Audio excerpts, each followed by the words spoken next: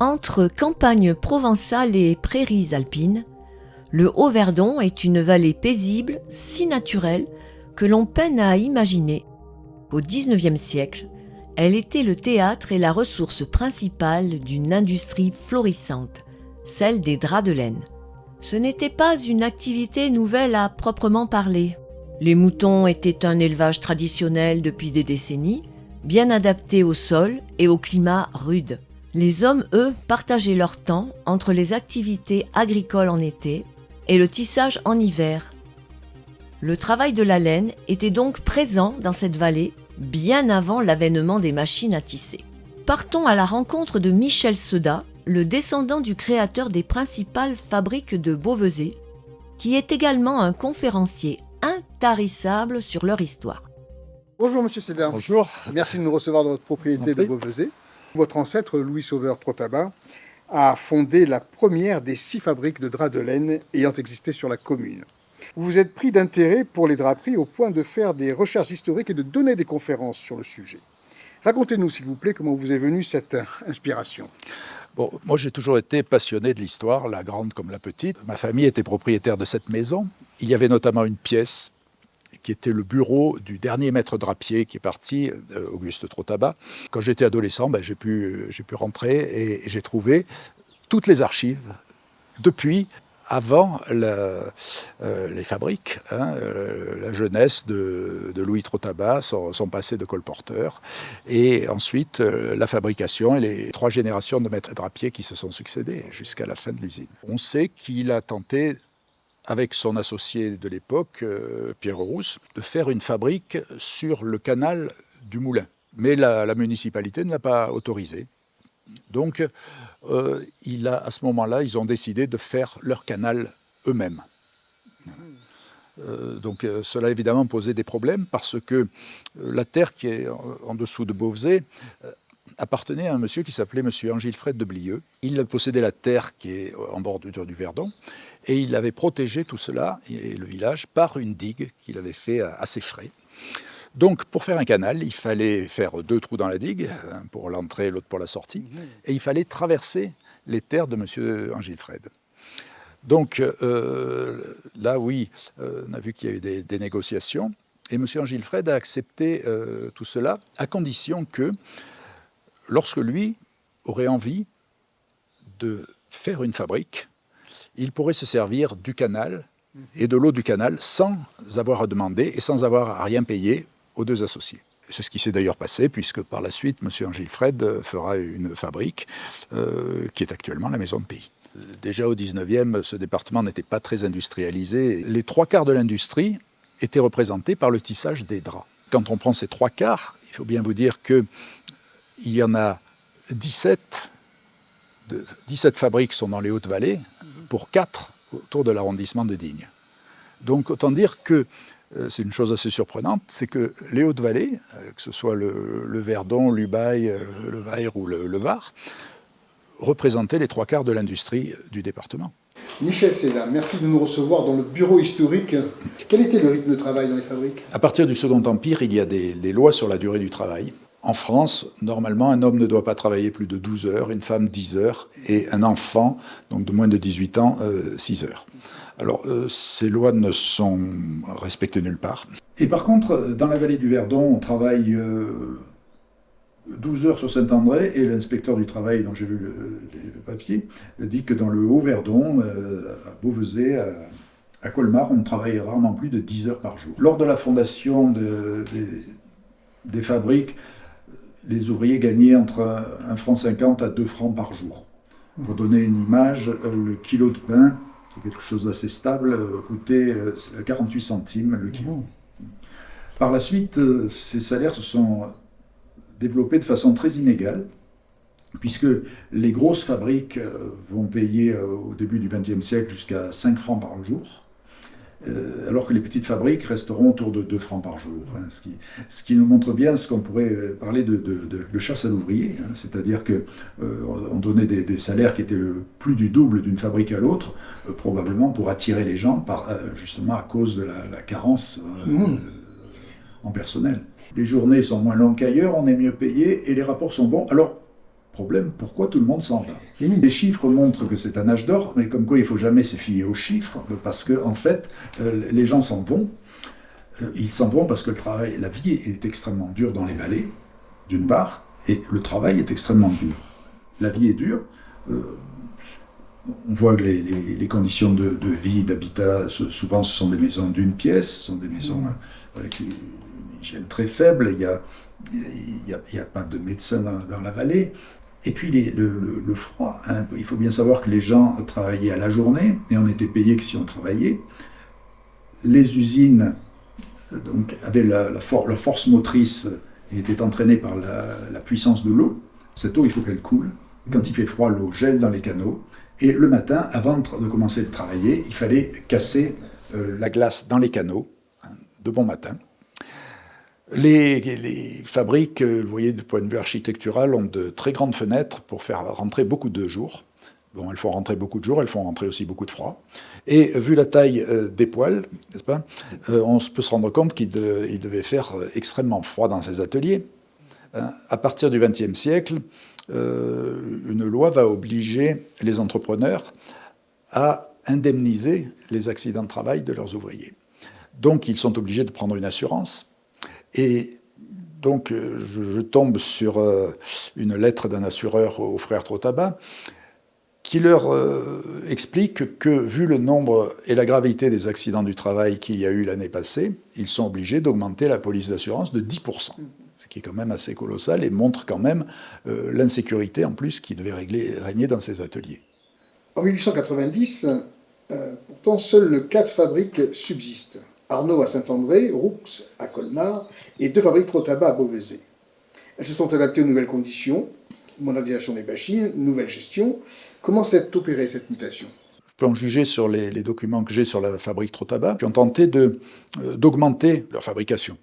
Ils ont pris une fabrique qui fermait, la fabrique Roux, et qui a été pris en fermage, ce qui a augmenté évidemment, qui a fait 2 fabriques pour les mêmes. Ensuite, ils ont tenté d'améliorer la qualité. On le voit autrefois, nous avions le caddie, le cordeilla, qui étaient des tissus très rudes. On n'est plus au XVIIIe siècle, donc il n'est plus question d'avoir ces cordeillas qui avaient la couleur et l'odeur du mouton. On parle à des clientèles de ville, hein, qui veulent des draps élégants, des draps qui se vendent. Donc on va faire sous licence du drap de Sheffield, hein, à Beauvaisis.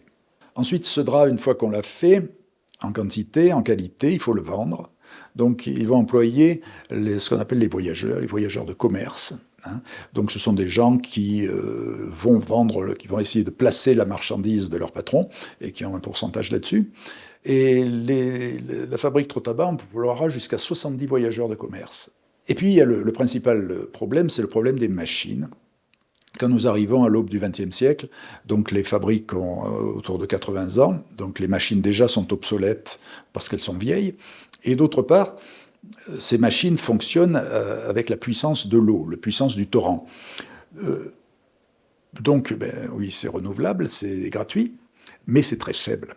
C'est très faible et le rendement est extrêmement modéré, en tout cas insuffisant pour lutter contre les machines à vapeur ou les machines électriques.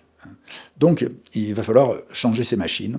Alors, les Trotaba, eux, vont avoir l'idée de s'intéresser aux machines électriques. Donc, ils vont faire dans leur usine une dynamo et ils vont vendre l'électricité au village, c'est-à-dire aux particuliers et à la municipalité. Alors, l'électricité, en tout cas pour les particuliers, n'était pas payée comme aujourd'hui au kilowatt. Il n'y avait pas de moyen d'enregistrer ça. Donc, les personnes avaient un abonnement à l'ampoule. C'est-à-dire, l'usine fournissait les ampoules et tous les ans, on payait une cotisation au nombre d'ampoules qu'on avait. Merci beaucoup, M. Segar. Je vous en prie. Après la mort de Joseph, Auguste Trotaba, son frère, continue l'exploitation durant quelques années, puis arrête l'entreprise en 1937. Seule la petite fabrique continue. Elle a été vendue par Jean-Baptiste d'Herbez à un Joseph Trotaba, un autre. Famille des petits Trotaba. Celui-ci rachètera la grande fabrique Trotaba qui ferma à son tour en 1968. Cette fabrique, qui fut la dernière fabrique à fonctionner, n'est plus en état d'accueillir des visiteurs, mais le dernier tisserand ayant utilisé ces machines se souvient des lieux. Il s'agit de Philippe Graglia, ex-professeur des écoles et tisserand par passion. Écoutons-le raconter cette passion. Voyez-vous, regardez, le battoir tourne et ses grandes dents écartent la laine et là commence à préparer une espèce de flocon. Ici, c'est le tablier qui est mis en mouvement avec la carte.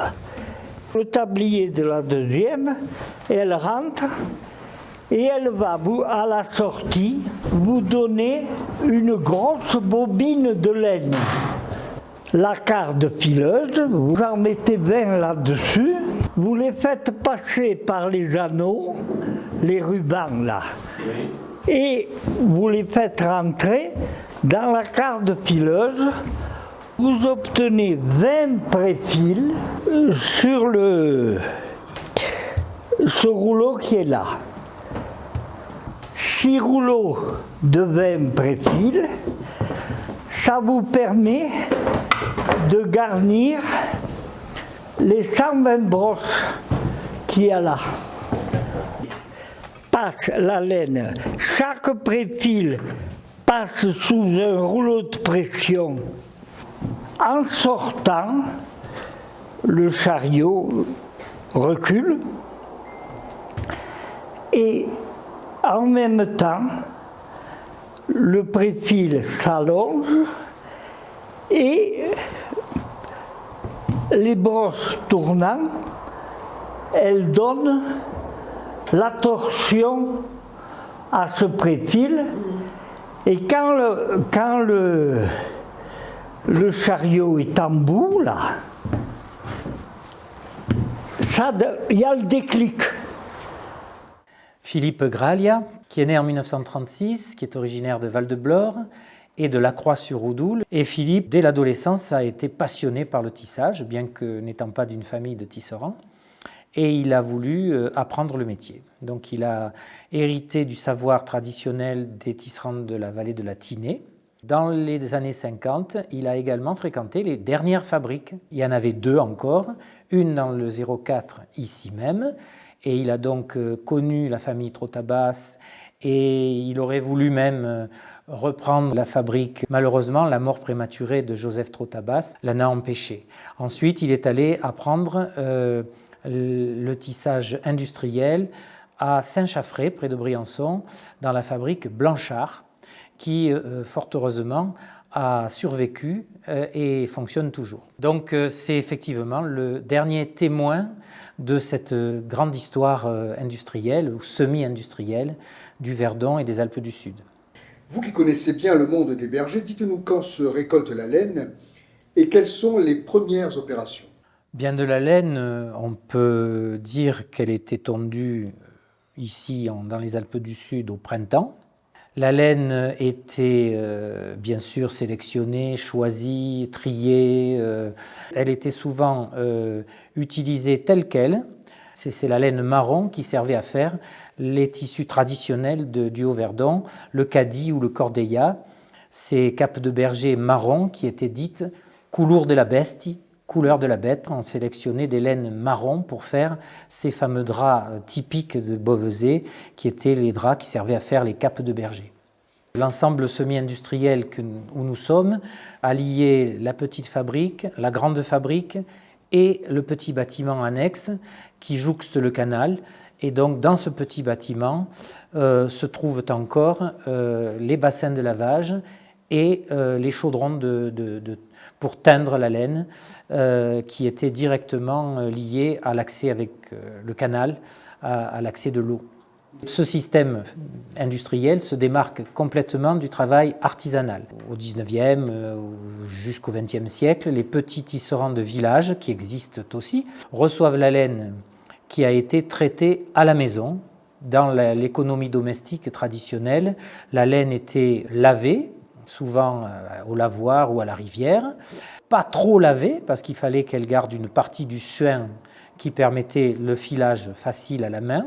Elle était ensuite battue, tout simplement, sur un drap avec des bâtons, pour l'aérer, pour commencer à séparer les fibres. Elle était souvent escarpide, c'est-à-dire démêlée, carrément à la main, puis ensuite cardée, et finalement, après avoir été chauffée et huilée, l'opération s'appelait l'encimage, on la peignait avec des peignes à peigner la laine. Et souvent, le métier de peigneur de laine était un métier masculin et un métier hivernal. Le dernier travail était le filage, qui pouvait être fait à la quenouille ou au fuseau.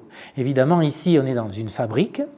Et donc, la grande révolution du 19e, c'est cette étape semi-industrielle où nous nous trouvons, où toutes ces opérations-là vont être faites mécaniquement avec des cardeuses, des batteurs mécaniques, des cardeuses plus ou moins fines et différentes. Pour faire, comme M. Trottabat faisait, du drap anglais, qui était très beau, il fallait repasser toutes les bobines dans cette machine qui s'appelle la cante. Or, il paraît que ça vient d'un mot anglais qui veut dire sophistiqué. Alors, c'est-à-dire qu'on repassait toutes les bobines pour en obtenir une qui était parfaite. Ici, dans les fabriques, les ourdissoirs étaient des ourdissoirs cylindriques. On va passer un fil par anneau ici, réaliser une nappe de fil, et cette nappe de fil va être attachée à une cheville ici. Le nombre de portées va donner la longueur de la pièce définitive et le nombre de fils. Quand on défait ces paquets de fils par portée, on réalise la chaîne et on la descend au métier à tisser en dessous.